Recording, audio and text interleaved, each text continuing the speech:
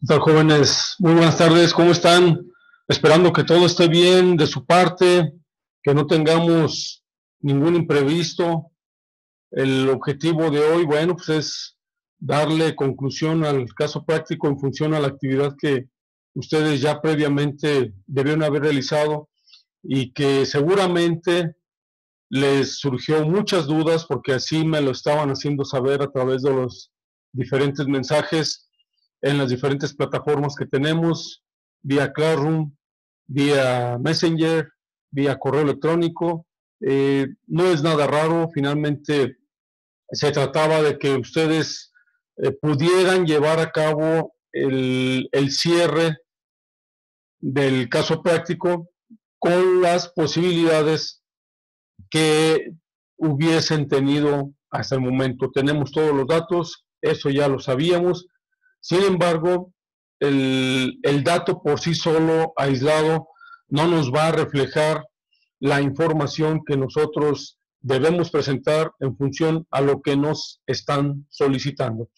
En este caso, para conformar ya el punto de equilibrio, se solicitaba que concluyeran ustedes con el punto de equilibrio y con el análisis de la utilidad. ¿En qué consiste el punto de equilibrio? En algo muy sencillo, únicamente era aplicar su fórmula del punto de equilibrio que ya previamente le habíamos comentado, y en función a esa aplicación, a esa fórmula que desarrollaban, bueno, nos generaba el ingreso para no perder ni ganar, y parte de lo que solicitábamos era su comprobación. Vamos a ver si es cierto que con los ingresos que determinamos como para no perder ni ganar, a la hora que le restamos los variables y que le restamos los fijos, efectivamente nos queda cero. Esto es un procedimiento que continuamente será repetitivo para ustedes. En cualquier negocio al que se estén dedicando en su análisis, seguramente el punto de equilibrio será una herramienta fundamental para poder saber, para poder decirle a nuestro cliente el por qué no está ganando o el por qué está perdiendo. Y lo que es mejor, dar la solución. ¿Cuál es la solución? Bueno, pues a lo mejor la solución es vender más y no por el hecho de vender más vamos a tener una utilidad. O a lo mejor la solución no es vender más, porque con lo que estamos vendiendo es suficiente.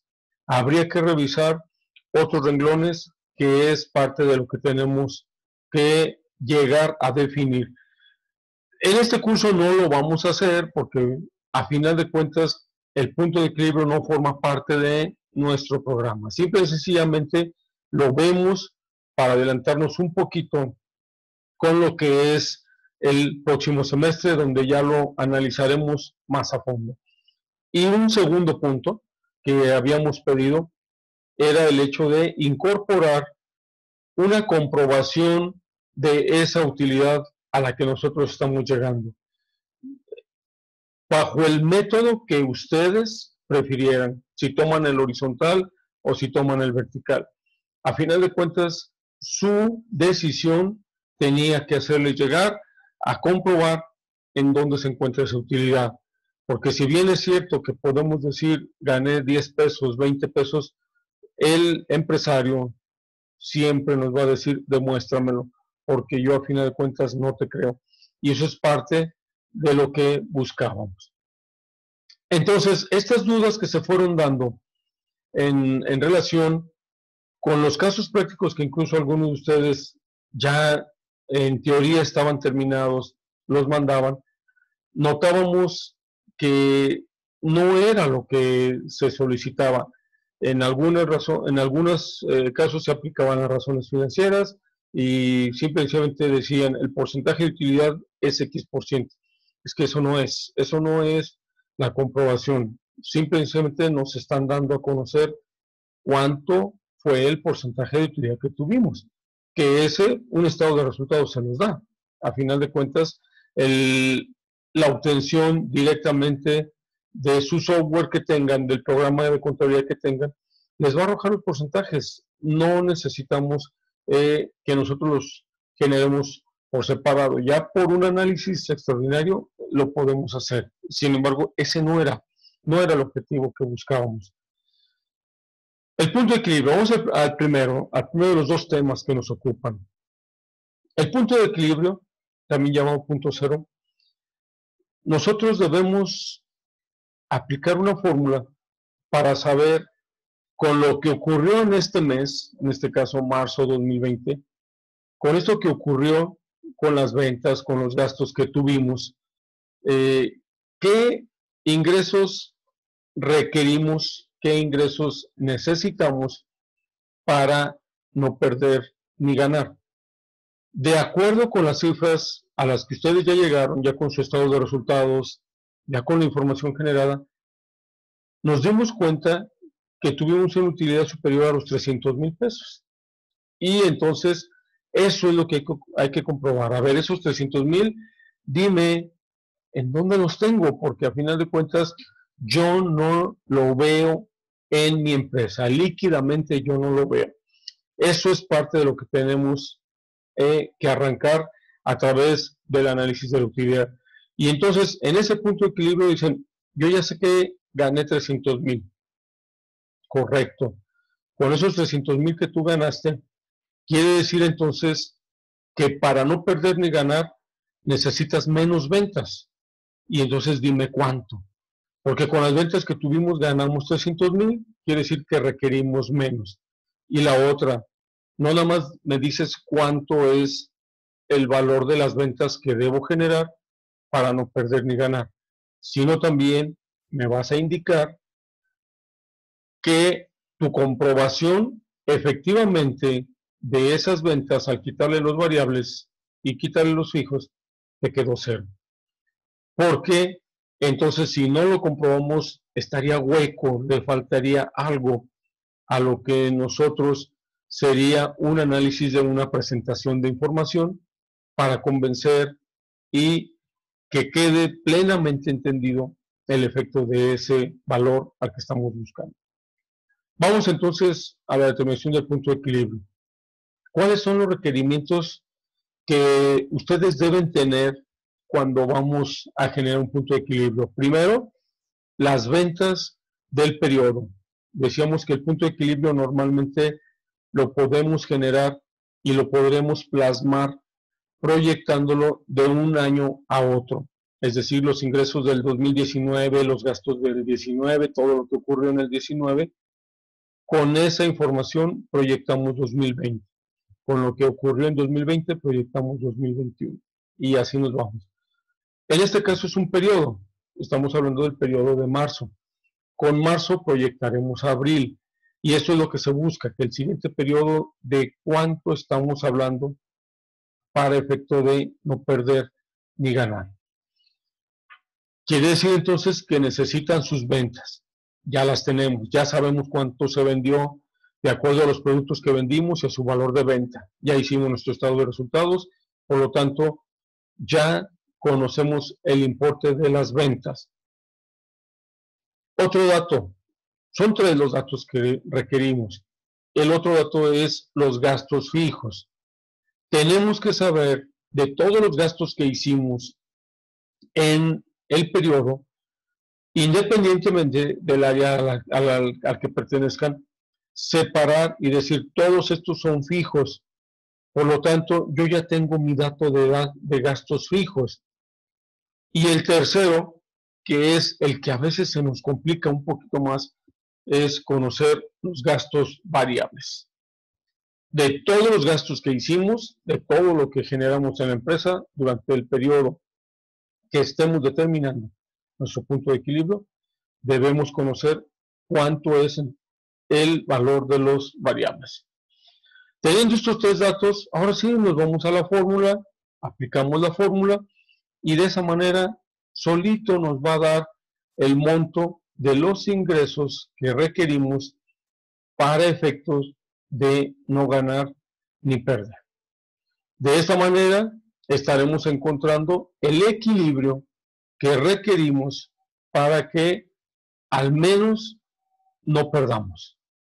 Muchos empresarios más en este momento dicen lo que no quisiera, ya no estoy buscando ganar, ya lo que busco es no perder. Sin embargo, sabemos que con el cierre de negocios, bueno, las ventas se desplomaron y tenemos una dura caída en lo que respecta a la toma de decisiones, porque a final de cuentas, si no hay ventas, lo que hay que reducir es gastos, y esto es parte de lo lamentable que ocurre en una situación como la que estamos viviendo. Vean entonces lo que se presenta de acuerdo con la información que nosotros tenemos. Aquí está la fórmula del punto de equilibrio, donde nos aparece que hay que dividir los costos fijos en relación con el 1 menos los costos variables sobre las ventas. Y entonces, lo único que tenemos que hacer es llenar datos de costos fijos, 199.035.87, de costos variables, 1.082.673, y las ventas, 1.271.000. Estas ventas lo tenemos en el estado de resultados, y nosotros hablamos de los costos fijos y de los costos variables. ¿De dónde generamos estos 199.000? Analicen lo que ocurre con sus valores que tenemos dentro de lo que son los costos fijos. ¿Cuáles son los fijos? Recordemos que los fijos son los que no guardan relación estrecha con los volúmenes de producción o de venta. Estos son nuestros costos fijos. Entonces, nosotros tenemos de gastos de administración, de gastos de venta y de gastos financieros, 134.412. Aquí está. Esto ya lo habíamos generado, ya lo habíamos visto. Y le agregamos el monto de la pérdida cambiaria. La pérdida cambiaria no tiene nada que ver con las ventas, con los volúmenes de venta, ni con los volúmenes de producción. Tiene que ver con lo que todos conocemos, la variabilidad en el tipo de cambio. Entonces, ¿qué tiene que ver con ventas? Nada. Si vendes 1, 2 o 3 unidades, lo que sí va a implicar en tu pérdida cambiaria es el tipo de cambio en cómo compres tus materiales. Por lo tanto, esto es parte de lo que nosotros consideramos como costos fijos. A lo que todos debemos llegar, a lo que todos debemos llegar. Entonces, esta información que nosotros tenemos es parte del punto de equilibrio. Ahora bien, fíjense cómo en el caso de lo que son los gastos de administración y los gastos de venta, que tenemos 86 más 23, debemos aquí considerar, y esto es parte de lo importante que no pueden dejar fuera. De estos 86.000 de gastos de administración, agreguen los gastos de venta, agregamos los gastos financieros y efectivamente nos dan los 134.000 que tenemos aquí. Le agregamos entonces la pérdida cambiaria y nos da un total de 164.000. Y estos 34.000 que tenemos aquí, ¿de dónde surgen? Dijimos, tienen que tomar todos los fijos de cualquier área. Pues estos 34.000 corresponden a los gastos fijos del área de fabricación, que son estos que tenemos en color verde. Todos los gastos fijos que ya habíamos analizado, de fijos eran 34.000 y de variables nosotros traíamos 48.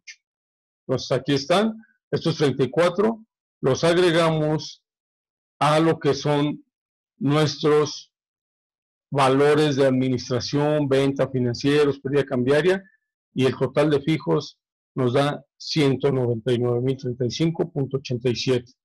Por eso es que en su gráfica de punto de equilibrio, en este caso, en la fórmula, aquí están los 199.000, que están precisamente considerándose en la suma de todos los fijos que hayamos hecho, sean del área que sean. Y vamos a los variables. De variables nos dice que traemos 1.082.000. ¿Por qué razón? ¿Por qué de variables traemos ese monto? Bueno, aquí vean cómo sus gastos variables, vamos a abrir un poquito la columna para que lo podamos apreciar. De mano de obra directa son 30,000 pesos, que ya lo habíamos conformado. Traemos un cuadro de mano de obra directa en donde traemos estos 30,000. Por lo tanto, estos 30,000 que consideramos como variabilidad de sueldos tienen que formar parte de los variables, todos. ¿Qué más? La materia prima consumida, es decir, el isopropanol. El isopropanol que se consumió fueron 1.003.451, que ya lo habíamos visto dentro de nuestro costo incurrido en las cédulas. Aquí está, 1.003.451.81. Esto es lo que nosotros consideramos como gastos variables de mano de obra y materia prima. ¿Qué más le vamos a agregar de variables? Pues le tenemos que agregar los variables de gastos indirectos. Los gastos indirectos están separados de los gastos fijos. Estos los tenemos en color rosa. Aquí está. La suma de los dos nos da 83,000. 34 de fijos y 48 de variables. Por lo tanto, su total de variables son 1.082.673,06. Nos lo llevamos a la gráfica, a lo que es la fórmula, y precisamente tomamos 1.082.673, que son los que están determinados en un análisis totalmente por separado para que sepamos de dónde se genera. Aplicamos la fórmula, estos 199 no cambian, el 1.082 entre 1.271 nos da el 0.85141911. 199 no cambia, le restamos 1 menos 0.85, nos queda 0.14858886. Por lo tanto, el punto de equilibrio al que llegamos es 1.339.579. Todo esto no resulta de una edición de cifras, todo esto resulta de una aplicación de su fórmula, no es otra información que esté generándose, todo es formulado. Por lo tanto, nos dice que para no perder ni ganar debemos generar una venta de 1.339.579. Dice, compruébamelo, vamos a ver si es cierto. Aquí está la comprobación. De 1.339.579 le quitamos los costos variables, nos va a dar 1.140.543.37. La utilidad marginal van a ser los 199.035.87 y los costos fijos se los restamos y obtenemos entonces 0. Aquí está formulado, aquí está formulado. No estamos generando mayor información. Uno de los conflictos mayores que les ocasiona el punto de equilibrio es que cuando ustedes hacen su comprobación, si bien es cierto que pasan los ingresos del punto de equilibrio, que son los que nos dan aquí, nuestra primera parte de esa comprobación está correcta. Esas son nuestras ventas para el punto de equilibrio. El problema que a veces cometemos es que de costos variables queremos reflejar estos mismos costos variables, es decir, 1.082.673. Si nosotros reflejamos aquí este valor de 1.082.673, vamos a hacerlo por separado para que vean lo que ocurre. Vamos a hacer el efecto de estas ventas que nos están diciendo que es para punto de equilibrio, menos 1.082.673, nos quedan 256,000. y le restamos 199 y ya no nos dio. Ya entonces nos quedó en cero. ¿A qué se debe ese error? No es posible que nosotros plasmemos en nuestra comprobación 1.082.000. ¿Por qué razón? Háganse una pregunta y reflejen un poquito lo que esto ocurriría. Cuando ustedes venden, y todo esto es a partir del concepto de costos variables. ¿Qué es un costo variable? No pierdan de vista lo que es un costo variable.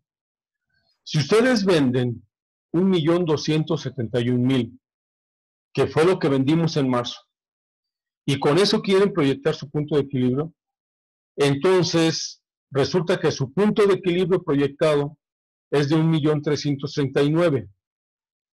Vendieron 1.271.000 y ahora les dicen que tienen que vender 1.339.000. La pregunta que siempre nos tenemos que hacer: ¿los costos variables serán igual vendiendo 1.271.000, esto, que vendiendo 1.339.000? ¿Serán igual? Y la respuesta es muy sencilla. Todos seguramente están ahorita pensando y asegurando: no, no es lo mismo. No pueden ser los mismos variables vendiendo 1 peso que vendiendo 10. ¿Por qué razón? Porque si un variable es el que aumenta o disminuye conforme a sus ventas, y piensen ustedes, por ejemplo, en las comisiones a los vendedores, no es lo mismo pagar comisiones a vendedores de 1 peso que vendieron que de 10 pesos, aunque el porcentaje sea el mismo. Esto significa y nos debe dar pie a decir: si con 1.271.000 generamos 1.082.000 de variables, entonces ¿cuántos variables vamos a generar con 1.339.000? Y por eso sus variables cambiarán. Hay dos formas de sacarlo. Una, que es a través de una ecuación de primer grado, a través de nuestro procedimiento que todos conocemos como regla de 3. Si con 1.271.000 generamos 1.082.073, entonces ¿cuánto generamos de variables con 1.339.000? Hacemos nuestra ecuación y nos va a dar 1.140.000. Pero hay otra más rápida, más sencilla. ¿En qué consiste? Revisa cuál es tu utilidad marginal en función a tus ventas y tus variables. ¿Dónde lo tengo? Ah, pues fíjate que lo tienes en tu fórmula. Aquí está.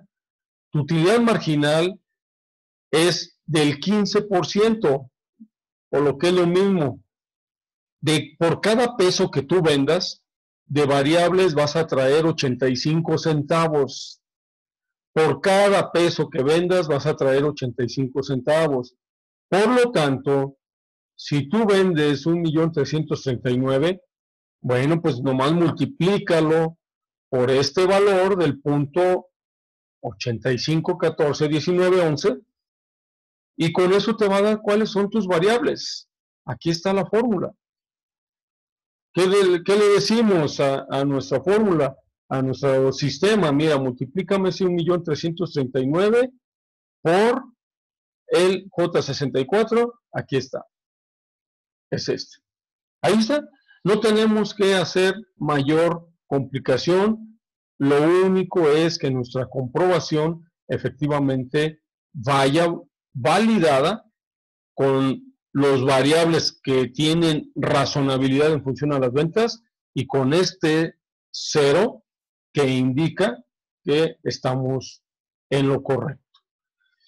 Hacemos una pausa para efectos de resolver cualquier duda que ustedes tengan en función a este tema de punto de equilibrio. Enseguida nos vamos al análisis de la utilidad. Así es que dejo abierto el micrófono. Preguntas, jóvenes, a sus órdenes.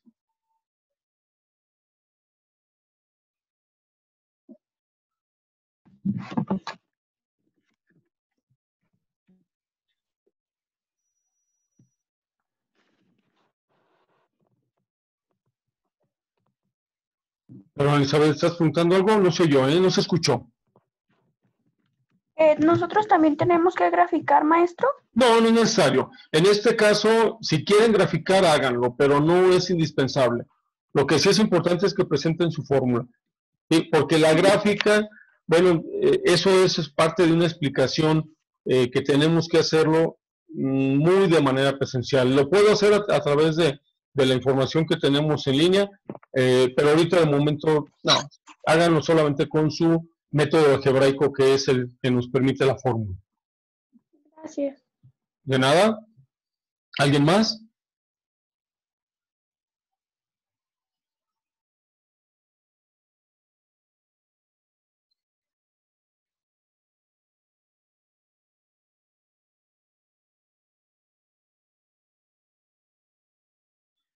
Bien, bien, entonces nos vamos directamente al siguiente punto, que es el análisis de la utilidad. En la información que ustedes tienen en una empresa, periodo tras periodo, nos puede generar utilidad, nos puede generar pérdida, y siempre es importante que nosotros identifiquemos en dónde se encuentra. Porque al final de la información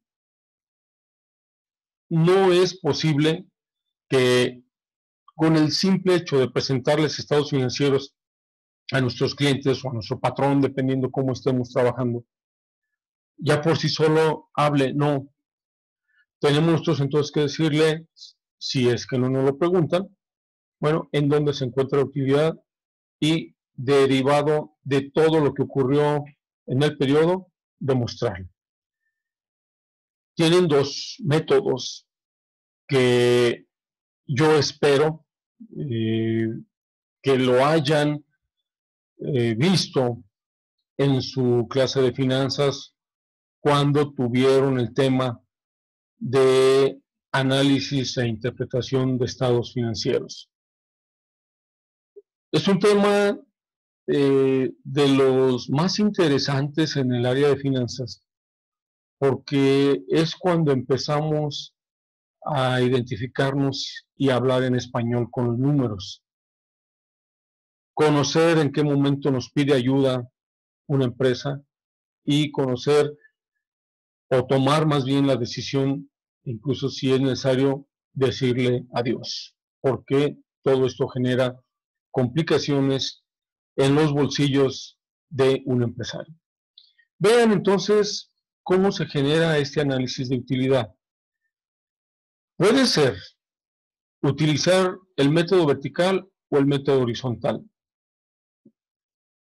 El método vertical va en función a razones.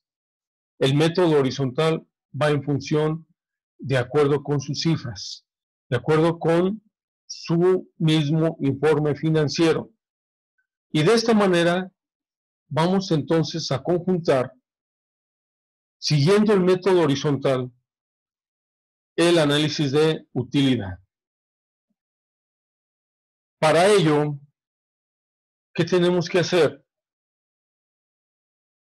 Hay que vaciar la información de las cuentas que utilizamos en el periodo, independientemente de que tengamos o no saldo. Que tengamos un movimiento, si quieren evitar las que no tienen movimientos, no lo hagan. Entonces, ¿en qué consiste el método horizontal? Consiste en comparar, es un comparativo de sus saldos que tenían al inicio y compararlos con los datos que nos quedaron al final. Aquí están nuestros saldos iniciales y aquí están nuestros saldos finales, para con ello obtener la utilidad de la pérdida. Vean que al inicio no había saldos iniciales, eso ya es algo que habíamos comentado previamente. Y entonces hablamos de nuestros saldos finales. Nuestros saldos finales los conformamos de acuerdo con la información que nosotros tenemos del saldo inicial menos el saldo final, y lo pueden ustedes incluso generar de acuerdo con el saldo que les arrojó lo que fue su registro contable de sus esquemas de mayor. De esta manera podemos nosotros hablar de lo que ocurrió en el periodo. Bancos nos quedó esta cantidad, almacén nos quedó este valor, inventario de producción en proceso, este es nuestro saldo, almacén de materia prima, aquí lo tenemos. Vean sus saldos finales, que son los que nosotros tenemos y que por supuesto deben coincidir con el balance general. Por eso decimos, lo quieren tomar de mayor, pues tómenlo de mayor. Lo toman de balance, tómenlo de balance, que es lo que normalmente es recomendable. Y entonces, en este análisis, si nosotros nos ubicamos del saldo inicial, restarle el saldo final, preguntemos, en bancos al inicio no traíamos un peso, al final traemos 290. Un aumento en nuestro activo que refleja una utilidad o una pérdida. Ustedes estoy seguro, ya lo tienen perfectamente medido. Refleja una utilidad. Aquí está. Quiere decir que en bancos ganamos 290,000. Lo mismo que en producto terminado, en proceso, en materia prima y en impuestos anticipados. Al inicio no había, pero al final sí. En depreciación al inicio no había, pero el demérito de nuestra maquinaria no refleja una utilidad. Al no tener al inicio y al final sí, refleja una pérdida. Aquí está, es como si fuera un pasivo. Proveedores, moneda extranjera y moneda de dólares queda en cero porque lo pagamos. Pero ¿qué pasa con prestaciones, con cuotas, con sueldos, con impuestos? Al inicio no había, pero al final ya tenemos un pasivo. Y un pasivo, un endeudamiento, no es bueno para nosotros. ¿Eso qué refleja? Refleja una pérdida. Aquí está. Nuestra pérdida fue en cada una de las cantidades. Imaginen ustedes que aquí hubiese habido de sueldos por pagar 10,000 pesos y que al final tuvimos 75. La pérdida no sería 75. Como ya traíamos 10,000 en el pasivo, aquí nuestra pérdida sería solo de 65. Es lo que debemos interpretar. En el IVA no traíamos nada trasladado. Ya traemos 200,000. En PTU por pagar no traíamos pasivo y aún así dimos PTU. Pues ¿qué significa? Que esto fue una utilidad. El pasivo está en rojo, por lo tanto lo debemos reflejar como un derecho, como una cuenta por cobrar. No hice la reclasificación para poderlo entender. Esto se debiera hacer, pero no lo vamos a hacer. En el capital social, nosotros tenemos aquí 82,788, que no había nada al inicio y por lo tanto al final hay 82, tenemos el reflejo de su valor. Cuando nosotros tenemos un capital, déjenme aquí indicarles que sí hay, vean qué sucede con esta información cuando nosotros nos encontramos con la implicación acá.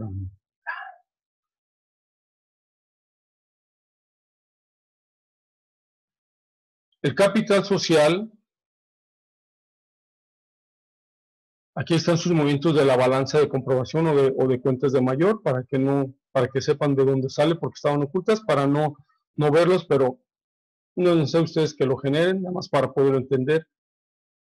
Vean que hay cuentas que están saldadas derivado de los mismos movimientos. Entonces, su capital antes de marzo no había, se genera un capital y entonces este es el monto que tendríamos que reflejar.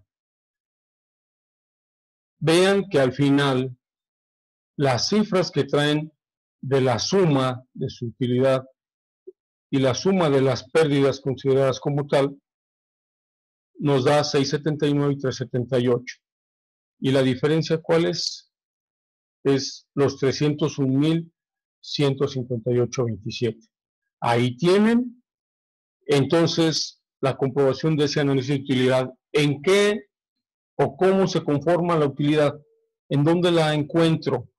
Pues fíjate que tu utilidad, es la respuesta que vamos a dar, la tienes en bancos, 290,000, en producto terminado, en producto en proceso, en materia prima, en impuestos, restados de tus depreciaciones, de tus prestaciones, o sea, tus pasivos, y un capital que no tenías exhibido.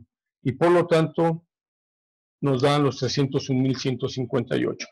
Si lo hacemos a través de razones, vamos a encontrar un camino más largo para poder interpretar adecuadamente el hecho de en dónde estoy obteniendo la utilidad. ¿Cómo demostrarlo? Van a ser porcentajes. Y este es un efecto totalmente aplicado a lo que es los valores que traíamos con los valores finales. Nuevamente, dejamos abierto, abrimos el micrófono. Adelante, por favor. Dudas.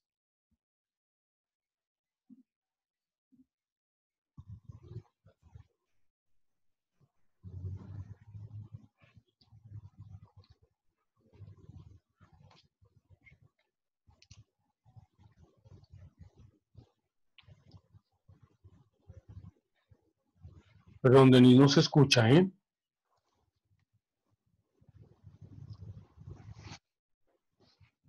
¿Ya se escucha? Y ahora sí, ahora sí. Ok. Profe, entonces el análisis de la utilidad se supone que ya se lo teníamos que haber puesto en el caso práctico o tenemos chance de ponerlo.